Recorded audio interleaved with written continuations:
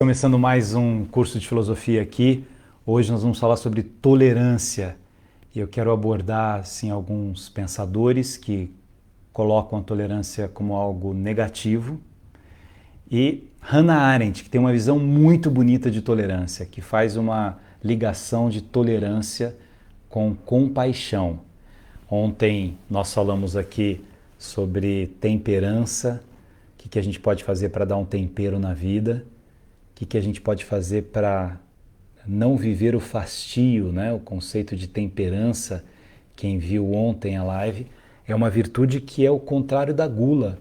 A gente tem os 7 pecados capitais e as sete virtudes que vão do outro lado dos pecados capitais. E a gula, que está muito ligado à escravidão, né? Que não é só ligado ao elemento do comer, mas como é que eu sou afoito, exagerado, e acabo sendo escravo do meu desejo, da minha vontade. O tempero, né, que vem, temperança vem do tempero mesmo, do alimento, do temperar, não exagerar em nada. A temperança dos alimentos, a temperança daquilo que eu como, me leva a uma temperança da minha alma. Agora, a tolerância, ela tem um sentido tão significativo que ela é muito discutida por alguns pensadores, por alguns filósofos. Eu queria começar com uma visão muito legal de um escritor que não fala muito bem da tolerância. O Zé Saramago, esse grande escritor português, olha o que ele diz sobre a tolerância.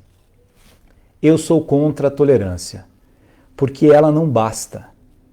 Tolerar a existência do outro e permitir que ele seja diferente ainda é pouco. Quando se tolera, apenas se concede, e essa não é uma relação de igualdade, mas de superioridade de um sobre o outro. Sobre a intolerância já fizemos muitas reflexões. A intolerância é péssima, mas a tolerância não é tão boa quanto parece. Deveríamos criar uma relação entre as pessoas da qual estivessem excluídas a tolerância e a intolerância. O Saramago, ele vai para uma linha depois de que o que eu preciso é da generosidade. O que eu preciso é desenvolver laços com as outras pessoas. Então ele pega um aspecto da tolerância. Com todo respeito, eu vou pegar um aspecto da filosofia que pensa um pouco diferente dele.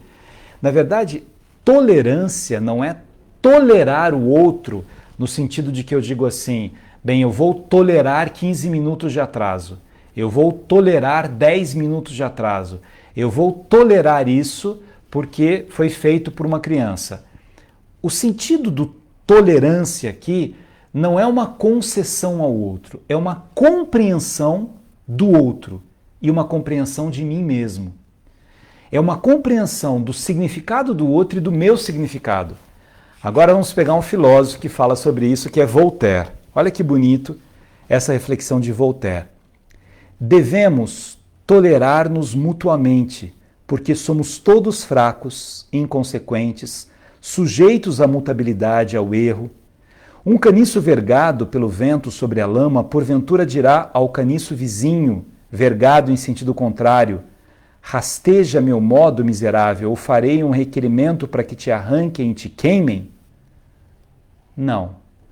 Então, o legal é que Voltaire, quando ele reflete sobre a tolerância, ele vai falar um dos elementos que eu acho que eu mais falo aqui nos nossos encontros filosóficos. Não existe ninguém perfeito. Não existe ninguém perfeito. E se eu sei que eu não sou perfeito, eu sei que a minha verdade não é a perfeita. Eu sei que o meu pensamento não é o perfeito. Até porque a minha verdade, o meu pensamento, eles podem ser provisórios. Naquele momento eu gosto mais disso ou daquilo. Naquele momento eu acho que o mais correto é isso ou aquilo. Como eu sei que eu não sou perfeito, eu preciso ouvir a ideia da outra pessoa que também não é perfeita. A ideia dela pode estar errada, mas a minha também pode estar errada. No processo da convivência, a gente vai dando espaço para que outras ideias apareçam. Tolerância nasce de uma visão religiosa primeiro. Como eu falei para vocês que temperança nasce dos pecados capitais, o tempero, A tolerância nasce no conceito de que eu poderia conviver com pessoas de religiões diferentes da minha. Porque eu não sou dono da verdade, do ponto de vista religioso. Por mais que eu tenha uma crença religiosa, e para mim a crença que eu tenho ela é importante porque ela me ilumina, ela me edifica, ela me acalma, ela amansa o meu coração, ela me faz bem, ela me faz estar próximo de Deus, mas para o outro, para uma outra pessoa, a religião dele é que faz isso com ele. E quem sou eu para dizer que a minha religião é que tem as verdades absolutas? Todas as vezes que algum grupo de religioso fez isso, cometeu crimes horríveis contra a humanidade. As cruzadas foram isso. O que os católicos fizeram, o que os protestantes fizeram, o que os muçulmanos já fizeram, o que os judeus já fizeram, o que eles já sofreram, já perseguiram, já foram perseguidos. Então, eu preciso ter uma compreensão de que eu não sou o dono da verdade. Eu não sou perfeito. Eu não posso escravizar o mundo a partir do meu olhar. Há uma questão importante aqui no respeito da tolerância na dimensão política, ideológica. Todas as vezes que a gente tem uma ideia só prevalecendo, a gente tem uma coisa muito ruim chamada de totalitarismo. Totalitarismo é um conceito político ou um conceito de negação da política que nasce da intolerância. O que é um totalitarismo, né? Só a minha ideia que vale. Eu sei qual é a ideia correta. O conceito de tolerância e intolerância já teve lá em Montesquieu. Vocês já ouviram falar nesse nome? Montesquieu. Montesquieu é aquele que desenvolveu, ele não inventou, desenvolveu um conceito da tripartição de poderes. Precisa ter um poder judiciário, um poder legislativo, um poder executivo. Por que isso? Para a gente dividir o poder. Muito poder na mão de uma pessoa só não é uma coisa boa. Muito poder na mão de alguém, ele pode fazer um uso incorreto desse poder. Agora, num conceito democrático, eu preciso tolerar as visões diferentes da minha politicamente. Nós estamos vivendo um momento que você coloca alguma coisa, às vezes, nas redes sociais, ou que você dá uma opinião política, e aí vem os intolerantes e buscam elementos de verdades absolutas para justificar as opções que eles têm. E a política, ela não é fundada em verdades absolutas, a política é dinâmica.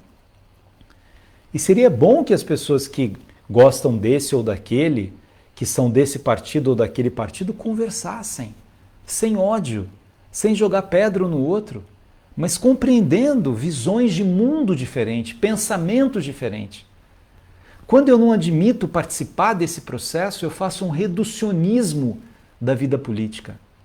Eu acabo destruindo a beleza da política que vem de polis, de cidade, de cuidar da cidade, que se dava na ágora grega, onde as pessoas iam, debatendo, discutindo, com visões diferentes, com olhares diferentes, em benefício daquela cidade.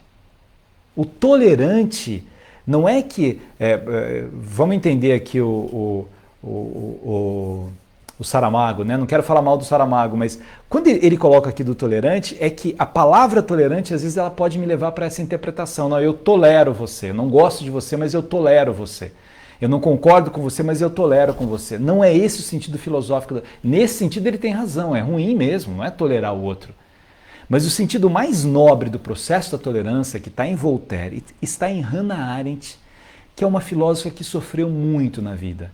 Ela era judia, nasceu na Alemanha, ela foi perseguida pelo nazismo, ela teve que sair da Alemanha, foi para a França primeiro, depois ela teve um protetor lá, que foi Walter Benjamin, que era um outro pensador, que com medo de ser capturado na fronteira com a Espanha se matou, era o grande protetor dela. Ela vai depois para os Estados Unidos, ela tem uma vida toda de sofrimento, a Hannah Arendt. Desde o início da sua vida, das perdas que ela teve na infância, e ela era uma grande pensadora. E com tudo que ela sofreu, Hannah Arendt tenta construir um pensamento contra a vingança, porque eu preciso tolerar o diferente de mim. Eu preciso compreender que talvez o maior erro de um ser humano seja a ausência de compaixão. A ausência de compaixão eu não devo tolerar.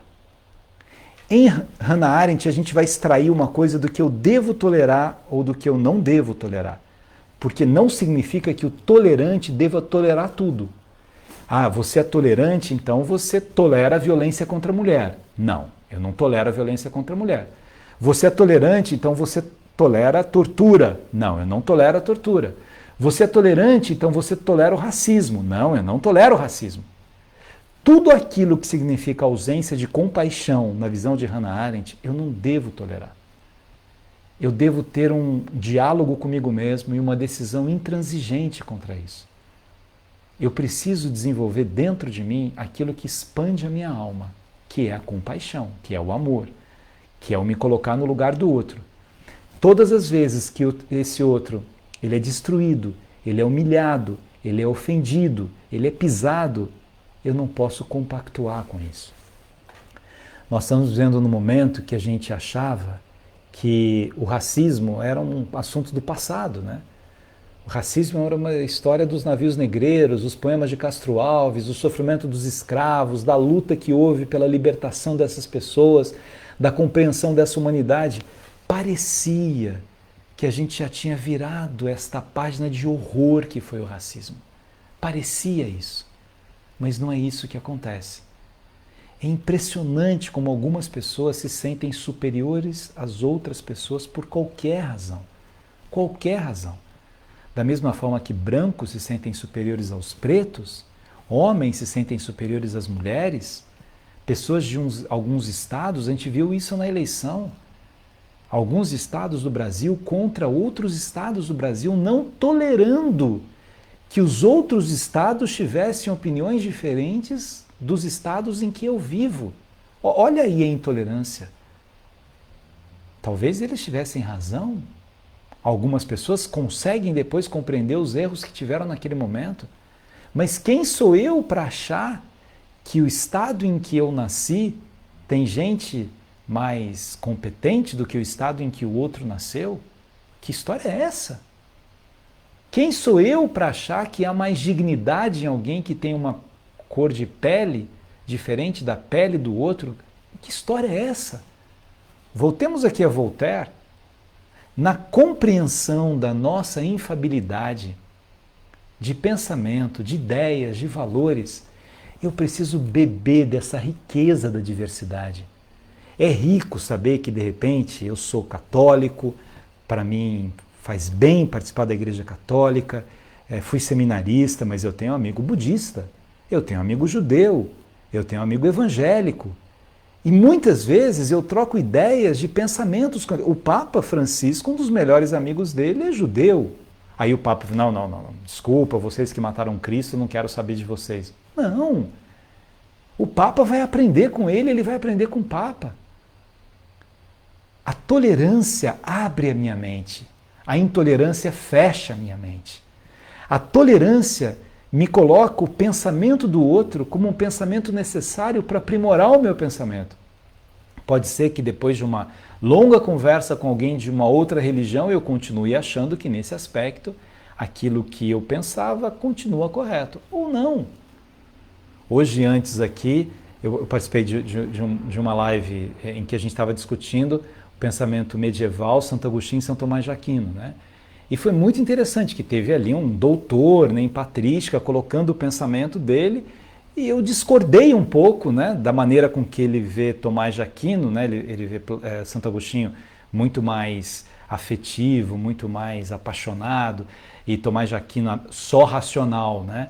E eu fui numa linha, eu falei assim, olha, talvez eu não tenha lido, não tenha tido a mesma leitura que você teve sobre Tomás de Aquino, mas para mim ele é o diálogo da razão com a emoção por causa do... Enfim, mas foi uma conversa tão legal. O que significa isso? Eu fiquei ouvindo os argumentos dele porque talvez eu estudei São Tomás em algumas obras que ele estudou de uma maneira diferente, ele viu de uma outra forma.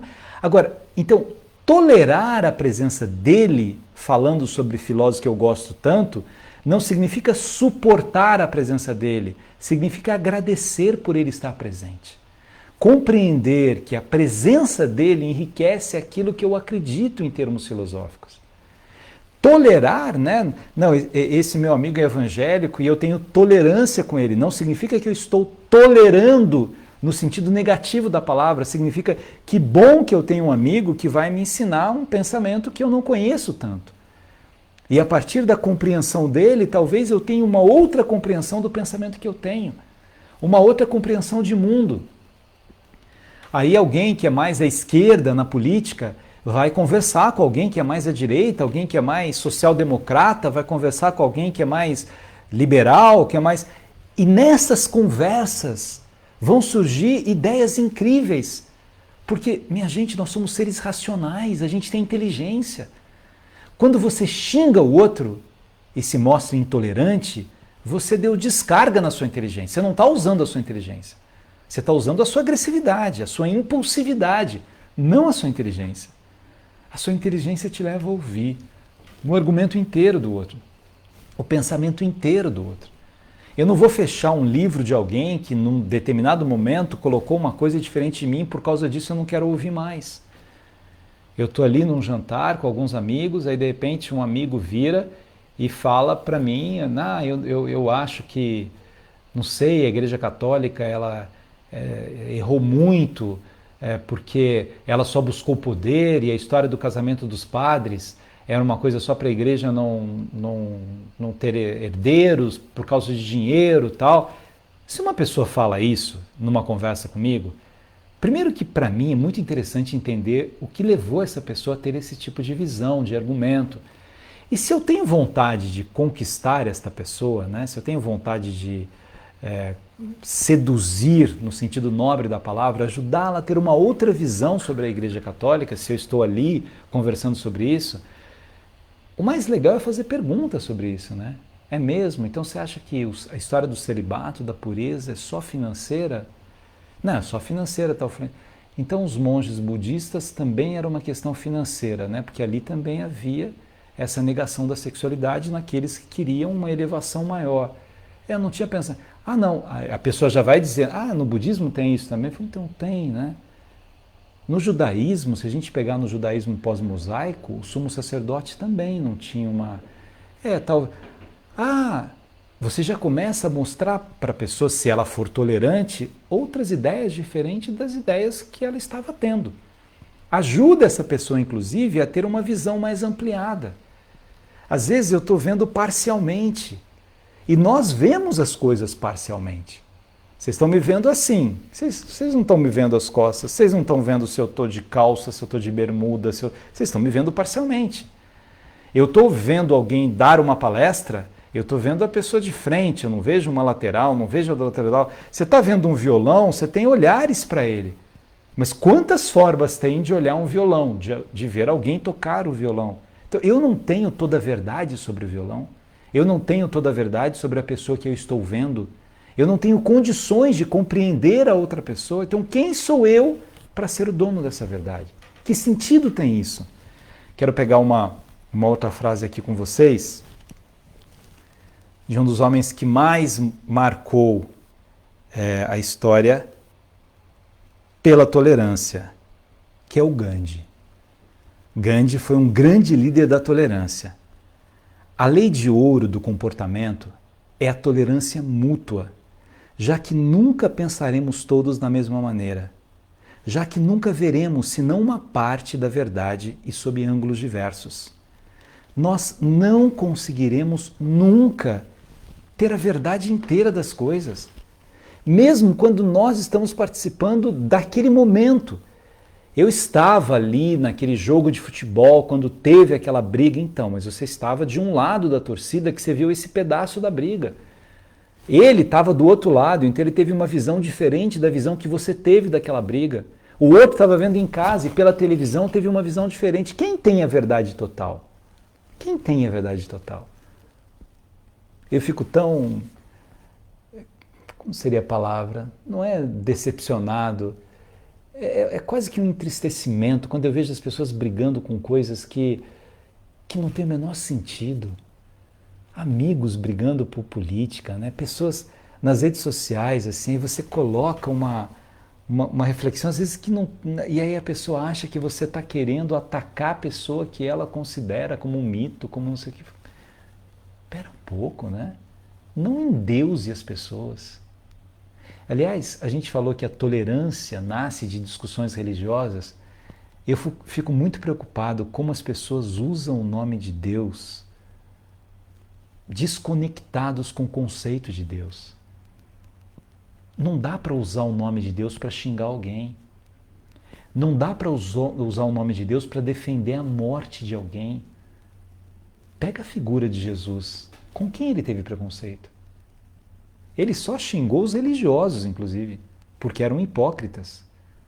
Mas a gente vive um momento em que tudo as pessoas usam Deus. Sabe por quê? Porque é uma forma de totalitarismo. Como você sabe que a maior parte das pessoas acredita em Deus, então ela sai falando de Deus, estou fazendo isso em nome de Deus, estou fazendo não sei o quê, e aí justifica os absurdos que ela faz em nome de Deus. Não tem muito sentido. Acho que política com religião, por exemplo, a igreja chegou à conclusão que é um aspecto muito complexo isso. Por isso, a importância de um Estado laico. Um Estado laico não é um Estado contra a religião, antirreligioso, mas que respeita o fato das pessoas pensarem de uma maneira diferente. Eu sei que às vezes em que eu fui candidato, por exemplo, né, eu tive muito apoio de pessoas religiosas e de educadores, né, ganhei uma eleição muito bonita para vereador, para deputado, mas eu tinha uma preocupação enorme de jamais utilizar um momento de oração para isso. De ter essa compreensão de que quando você vai para um templo, é um elemento oracional. Você pode ir, os políticos podem estar lá, mas um padre obrigar as pessoas a votarem nesse ou naquele, um pastor obrigar as pessoas a votarem nesse ou naquele, ou falarem que Deus mandou você votar naquelas pessoas, é um reducionismo de Deus. E é um reducionismo do valor do sagrado, da beleza da relação com o sagrado. A gente não deve usar o nome de Deus em vão, né? Você deve ter uma relação bonita com Deus, mas não justificar os seus erros por Deus, nem os erros dos outros. Deus está acima disso tudo. Aliás, Deus está acima das religiões, de todas as religiões. Deus é a plena perfeição. É um erro você fazer esse reducionismo, obrigar as pessoas. E a pior maneira de obrigar alguém a fazer parte dessa ou daquela religião é obrigando você. Olha como é que os cristãos cresciam no passado. Leiam Atos dos Apóstolos, que lindo, né? Como eles tinham tudo em comum, eles partilhavam o pão, eles conquistavam mais e mais adeptos pelo amor. As pessoas olhavam para aqueles cristãos e falavam assim, nossa, olha como eles se amam. E exatamente pelo amor que eles queriam fazer parte daquela religião, não pelo ódio. Muitas pessoas fizeram e fazem parte de religiões baseadas em ódio. Mas do que eu conheço dos documentos sagrados das religiões monoteístas, né, do judaísmo, do islamismo, do cristianismo, né, do catolicismo, das religiões indo-europeias, né, do hinduísmo, do budismo, não tem nos textos religiosos indicações de violência. Não tem isso, tem indicações de amor, de relação com Deus. Ah, mas no Antigo Testamento tinha umas coisas que a pessoa... A gente precisa interpretar os textos sagrados na compreensão do momento em que eles foram escritos, né? E para o cristão, quando você olha o Antigo Testamento, Jesus diz, eu vim para trazer a nova aliança. E essa aliança cristã é uma aliança da tolerância. Ou dessa palavra que a Hannah Arendt gosta de usar, que é compaixão. Que é me colocar no lugar do outro, que é não ser tolerante com nada que venha destruir o outro. Então eu tenho um limite para essa tolerância, para esse respeito àquilo que o outro faz. Eu posso dizer assim, olha, eu respeito profundamente aquilo que você faz, mas eu não posso admitir que você explore uma criança sexualmente. Não, desculpa, eu não vou ser tolerante com isso, eu vou denunciar você porque é o meu papel proteger uma infância que você está desperdiçando. Não, você é meu amigo, não faça isso comigo. Não, me desculpa, não sou amigo de pedófilo. Eu não vou. Não, seja tolerante. Não, isso não é tolerância, é justiça. É criminoso o que você está fazendo, a maneira com que você age. Eu não teria um amigo pedófilo, nem um amigo que espanque a sua mulher, nem um amigo racista. Nós já estudamos o tema da amizade e Aristóteles dizia exatamente isso, né? Você chega um momento da relação de amizade que o seu amigo pode ser, e é bom que ele seja completamente diferente de você, desde que as ações dele não sejam ações contra a humanidade, ações contra a pessoa humana, ações de intolerância, ações de racismo, de preconceito, de violência contra o outro, de destruição de coisas que para você são absolutamente caras. Minha gente, o conceito da imperfeição, que para mim é o conceito que mais nos ajuda a compreender o que é tolerância e o que é intolerância, me faz ter essa visão bonita de gratidão à presença do outro na minha vida que pensa diferente de mim. De gratidão por um outro que tem uma visão de mundo diferente da minha visão de mundo. De um outro que enxerga coisas que eu não estou enxergando, que percebe coisas que eu não estou percebendo, na religião, na política, na relação entre as pessoas, no amor, nos afetos. Um amigo meu que vem de repente e fala assim, olha, eu sinto que você tem, né, um afeto muito grande por essa amiga sua, tal. Queria só que você refletisse nessas ações que ela vem tendo com você. Será que você não está sendo oprimido por ela? Ele está pensando diferente de mim, mas que bom! Eu estou tolerando o que ele está dizendo, não como uma coisa ruim, mas como uma coisa boa que vai meio que ampliar a minha visão.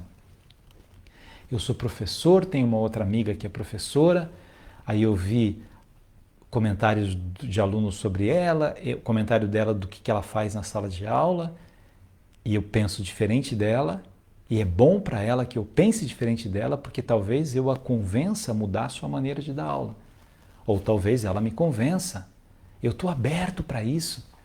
Eu nunca me esqueço uma vez na PUC, que um professor de mestrado, né, disse que já avisou os alunos que 7 horas ele fechava a porta do mestrado e não entrava nenhum aluno. 7:1, ninguém entra na sala dele porque não tem bagunça, nem por bula papal.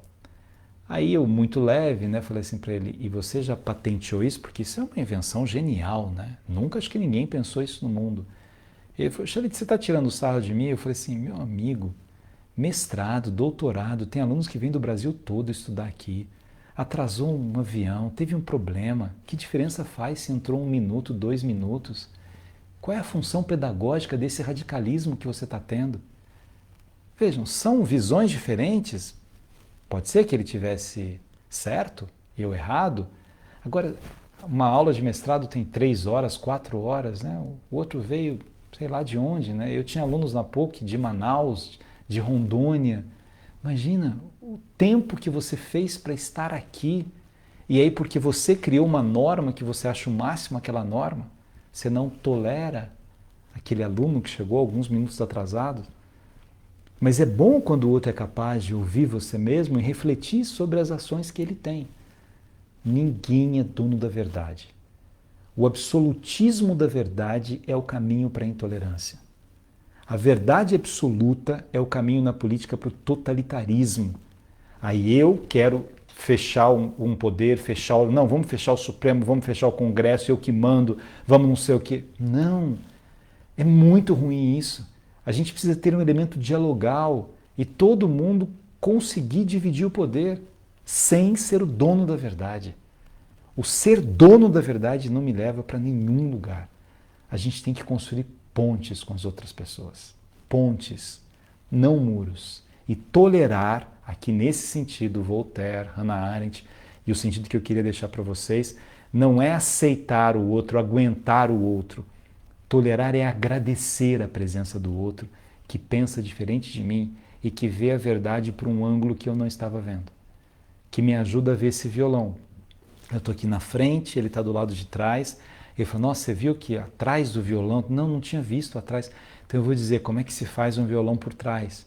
E talvez um outro precisaria estar dentro do violão, porque mesmo na frente, na trás, eu não conseguirei ver o violão na sua totalidade.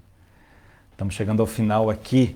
Amanhã nós não teremos nossa live, amanhã tem uma palestra. E na segunda-feira a gente volta. Deixa eu ver qual é o tema da segunda-feira aqui. Falando sobre a coragem. Aí, ó. Nesses tempos de pandemia, de pausas, nesses medos todos que a gente tem de perder emprego, de que a gente pode falar sobre a coragem?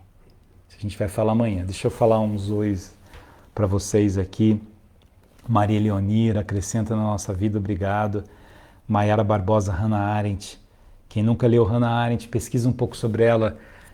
Aliás, tem um filme lindo que chama Hannah Arendt, que conta um pedaço da vida dela, já numa etapa final da vida dela, que é muito bonito.